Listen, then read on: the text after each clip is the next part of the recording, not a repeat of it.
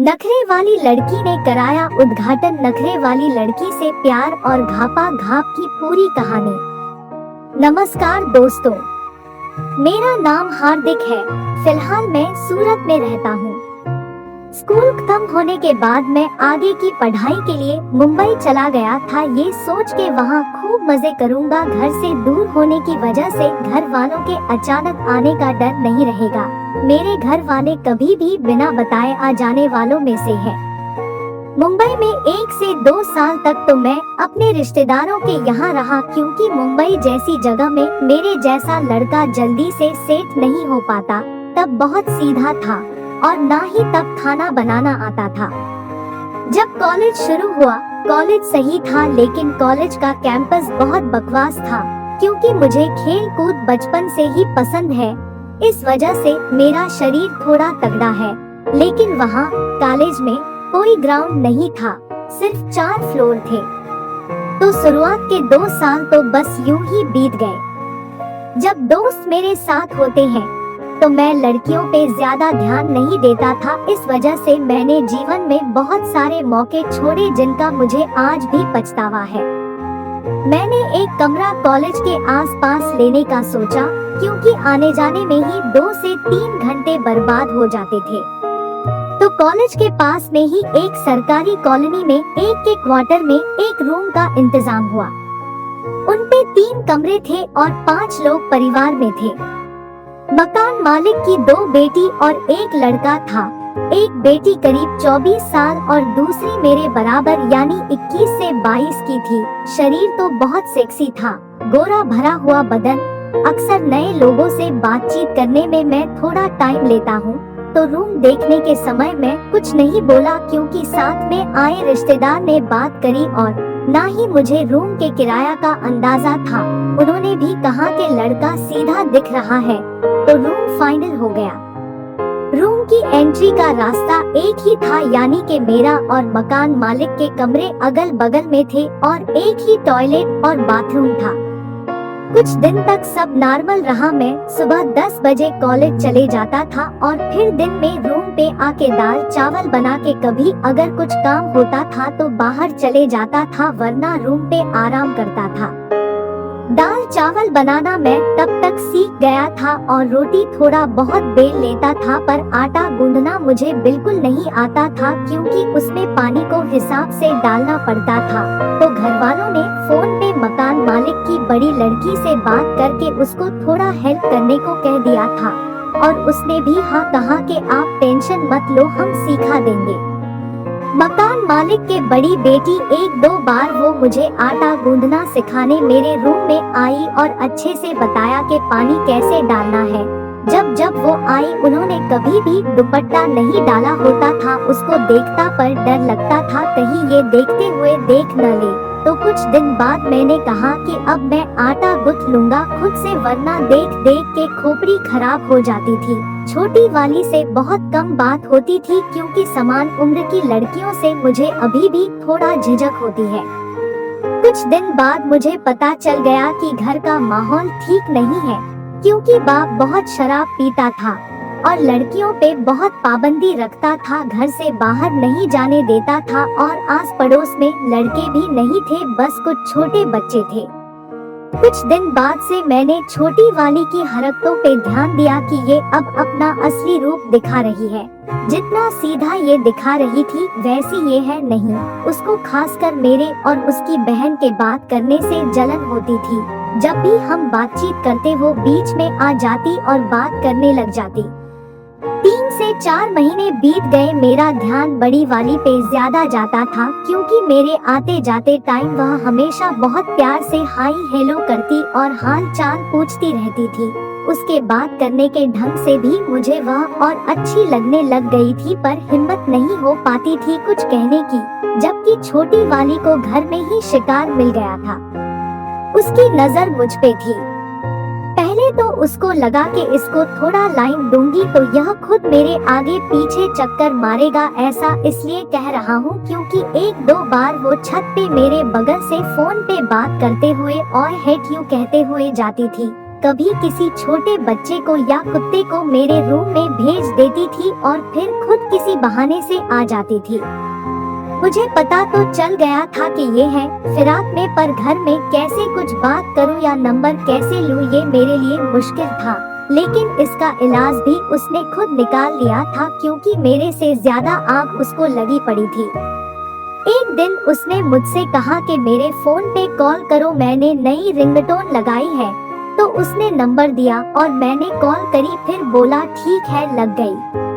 उसी रात की लगभग 10 बजे छोटी वाली ने कुछ जोक्स भेजे। नंबर तो सेव नहीं किया था मैंने, क्योंकि मुझे नहीं पता था कि ये नंबर एक्सचेंज करने का उसका बहाना था। पर मुझे थोड़ा नंबर्स देख के आइडिया हो गया था कि ये शायद इसी का है। अगले 1 से 2 दिन तक उसके 2 से 4 जोक्स वाले मैसेज आए, पर मैंने ना कॉल करके पूछा ना मैसेज करके। तीसरे दिन जब मैं दिन में कॉलेज से आके खाना बना रहा था तो छोटी वाली ने मुझसे पूछा कि जोक्स कैसे लगे। मैंने कहा कि ये तुम्हारा नंबर है। तो उसको थोड़ा गुस्सा आया और बोली कि क्यों, नंबर सेव नहीं किया था क्या? उसके रूडली बोलने से मुझे भी थोड़ा गुस्सा आया और मेरे मुंह से गलती से निकल गया कि भूल जा के मैं तुझे कभी मैसेज करूंगा। इतना सुनते ही वह बोली कि बोल भी कौन रहा है तुमको मैसेज करने को, और चले गई। उसके जाते ही मुझे एहसास हुआ कि मैंने थोड़ा ज्यादा गलत ढंग से बात कह दी, जो अक्सर मेरे साथ होता है। कुछ की जगह कुछ निकल जाता है, फिर मुझे बाद में महसूस होता है। शाम को मुझे वो छत पे टहलते हुए मिली तो मैंने उससे समझाया कि मेरा बोलने का मतलब वैसा नहीं था। तब तक उसका मूड भी ठीक हो गया था।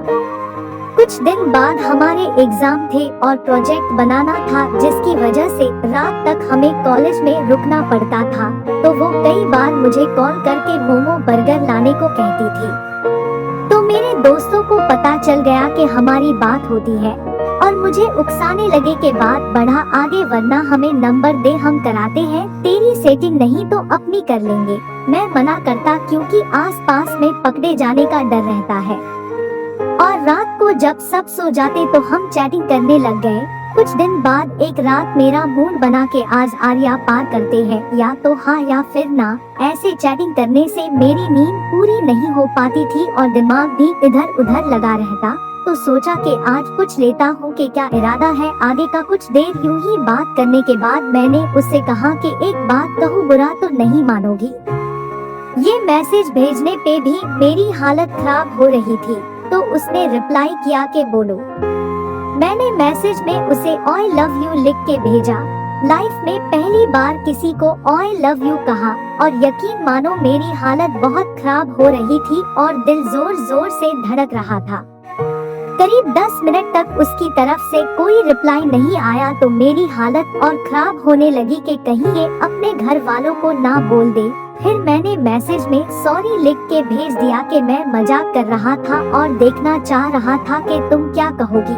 तो वह अपने नाटक करने लग गई कि मैंने आपको कभी उस नजर से नहीं देखा, ना आपके बारे में कभी ऐसा ख्याल आया। तो मुझे हंसी आई और मैंने फिर से सॉरी लिख के भेजा कि मैं मजाक कर रहा था बस, और कुछ नहीं। तो उसने थोड़ी देर तक तो ये वह हलाना फलाना लिख के भेजा और कहा कि आज के बाद आप मुझसे बात मत करना। तो मैंने भी कहा कि ठीक है, नहीं करूँगा, इतने नाटक मेरे से झेले भी नहीं जाते, कह के मैंने नंबर डिलीट कर दिया। अगले दिन से मैं अपना नॉर्मल उठो, नहाना धोना, खाना पका के कॉलेज जाने वाला रूटीन और रात को मूवी देख के सोना वाला रूटीन चलने लगा। कभी मोटी दीदी से सामना हो जाता तो हमेशा की तरह वह खुद ही से हेलो कैसे हो भैया बोलती और मैं भी उनको हंस के अच्छे से रिप्लाई देता था। लेकिन छोटी वाली ना मुझसे बात करती ना मैं उससे करता था और आते जाते हुए इग्नोर करता था। अब तक मैं उसकी हरकतों से काफी वाकिफ हो गया था, इसलिए मैंने उससे दूरी कर ली थी। करीब 1 हफ्ते तक ऐसा ही चलता रहा। फिर एक दिन रात को करीब 11 बजे मेरे रूम के दरवाजे पे मुझे लगा कि शायद किसी ने खटखटाया है। क्योंकि मैं कंप्यूटर पे मूवी देख रहा था इसलिए मुझे अच्छे से नहीं सुनाई दी। तो मैं उठा और दरवाजा खोल के देखा तो कोई नहीं था। मैं वापस कमरे में आ गया और मूवी देखने लगा। 10 मिनट बाद मुझे फिर से खटखटाने की आवाज आई। इस बार मैं कंफर्म था कि किसी ने दरवाजा खटखटाया है। मैं फिर दरवाजा खोला और देखा तो कोई नहीं था, लेकिन दरवाजे के नीचे एक कागज गोल मोल रोल करके रखा था। मैंने कागज उठाया और रूम में आ गया। कागज खोल के देखा तो उसमें लिखा था कि क्या हम नॉर्मली रह के बात नहीं कर सकते। फिर मैंने उसी कागज पे अपना नंबर लिख के लिखा कि मुझे मैसेज करो और बाहर वही रख दिया। वह सोई नहीं थी और तुरंत थोड़ी देर में मेरे फोन पे मैसेज आ गया कि बोलो। तो मैंने कहा कि सबसे पहले तो ये कागज जला देना और ऐसी बेवकूफी दोबारा मत करना। अगर ये कागज किसी और के हाथ लग जाता तो दोनों की लग जाती। फिर कुछ दिन मैंने सिर्फ उतनी ही बात करी जितना वह करती थी। 3-4 दिन बाद उसने मुझसे मैसेज में पूछा कि आप तो बड़े शरीफ लगते थे और लड़कियों को प्रपोज कर रहे हो।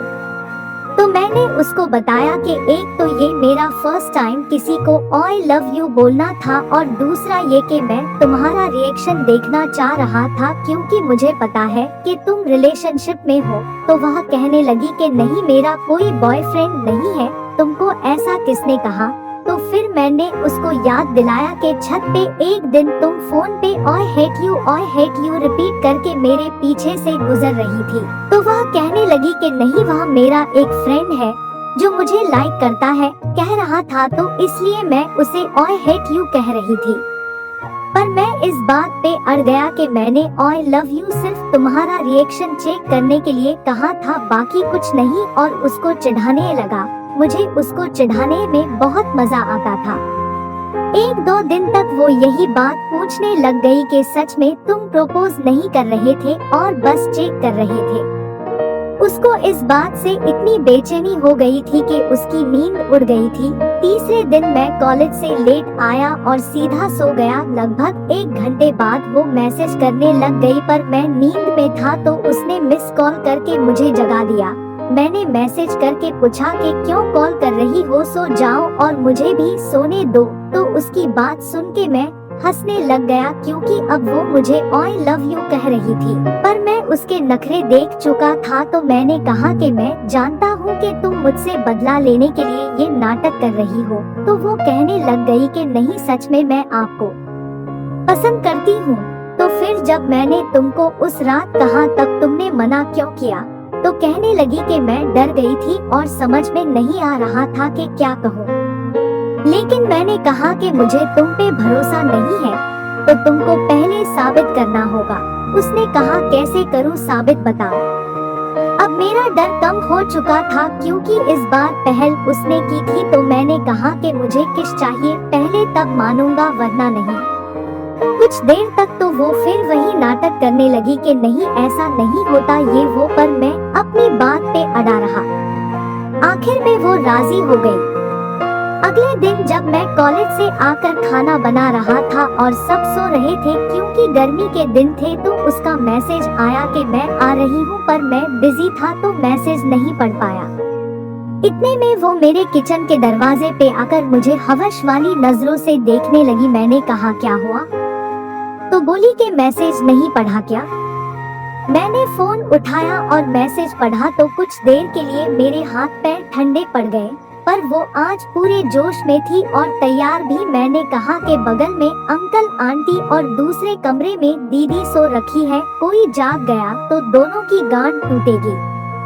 वो कुछ नहीं बोली और मेरे और करीब आ गई। मैं एक्साइटेड और घबराया दोनों एक साथ था। फिर मैंने थोड़ा हिम्मत जुटाई और उसके होठों को चूमने लगा। लाइफ में पहला किस था और मैं इतना खो गया था कि सब डर भूल गया था। करीब 2 मिनट बाद उसने मुझे हल्का धक्का देकर अलग किया, वरना मैं तो खो गया था और लगातार उसको किस करे जा रहा था। जब उसने मुझे अलग किया तो मुझे हल्का चक्कर जैसा लगा। इतना मजा आता है किस करने में, पहली बार पता चला। उसके बाद से जब भी हमको मौका मिलता वो मेरे कमरे में भाग के आती और हम किस करते। उसकी बातें और हरकतें मुझे और उत्तेजित करती थी। कभी कभी उसके गले और लिप्स पे निशान पड़ जाते तो वो चुन्नी या कीड़े ने काटा करके बहाना बनाती। कुछ महीने ऐसे ही गुजरे तो इस दौरान उसने मुझसे पूछा कि मैंने कभी सेक्स किया है, तो मैंने ना कहा। फिर उसने पूछा कि कभी हस्तमैथुन किया है, मैंने हाँ कहा और पूछा कि तुमने किया है, तो उसने भी हाँ कहा। फिर मैंने उसको सेक्स करने के लिए पूछा तो उसने कहा कि मन तो है, लेकिन घर से बाहर जाने की दिक्कत है और रूम की भी होटल में जाने में। हम दोनों ही असहज थे। मैंने भी अपने दोस्तों को इस बारे में तब तक कुछ नहीं बताया था। तो हमने प्लान किया कि मैं आसपास एरिया के रूम ले लूंगा। अगले महीने मैंने बहाना मारा कि अपने रिश्तेदार के यहाँ शिफ्ट हो रहा हूँ। एक हफ्ते बाद उसने घर में एक्स्ट्रा क्लास का बहाना मारा और मुझे मिलने को आई। आधे रास्ते में मैं उसे लेने गया क्योंकि उसको रास्ता पता नहीं था नए रूम का। उसने एक कोट डाला हुआ था और जीन्स पहनी हुई थी। ठंड का मौसम शुरू हो गया था और कोहरे की वजह से और ठंड लगती थी। हम रूम पे आए और आते ही किस करने लग गए। तब मैंने एक बात नोटिस की, जो मजा छुप छुप के रोमांस करने में है वो मजा अलग ही होता है। किस करते हुए वो गर्म हो गई। हम दोनों गद्दे पे बैठ गए। मैंने उसको अपनी गोद में बैठने को कहा। मुझे हमेशा से मन था गोद में बैठा के किस करने का। उसने अपना कोट उतारा और मैंने अपनी स्वेटर और टी शर्ट। मैंने भी उसको फोर्स नहीं किया और ऐसे ही चिपक के एक दूसरे को किस करने लगे। उसका बदन एकदम गोरा चिकना सफेद था, तो मैंने उनकी अपने होठों से चूमने लगा और थोड़ा थोड़ा दांत से काटने लगा, जिसका उसने मना किया क्योंकि इससे उसको दर्द हो रहा था। हम दोनों गर्म हो चुके थे। तब मैंने पाया कि अब ये पूरी तरह तैयार है। जो मैंने सेक्सी मूवी में देखा था, आज मैं वो सब प्रैक्टिकल कर रहा था। कुछ देर तक ऐसे ही करने के बाद जोर से पकड़ के अपनी और खींचा और किस करना शुरू किया। उसकी हल्की सी हिचकी जैसी निकली और सांस रुक गई। मैं थोड़ा रुका और कंप्यूटर पे गाने चला दिए ताकि बाहर आवाज ना जाए।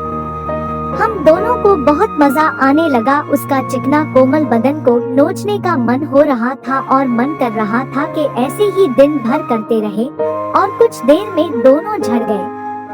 हम दोनों के शरीर से पसीना निकलने लग गया था और कमरे में भी गर्मी हो गई थी। इस दिन हमने सुबह 10 बजे से दिन के 4 बजे तक करीब 6 बार किया।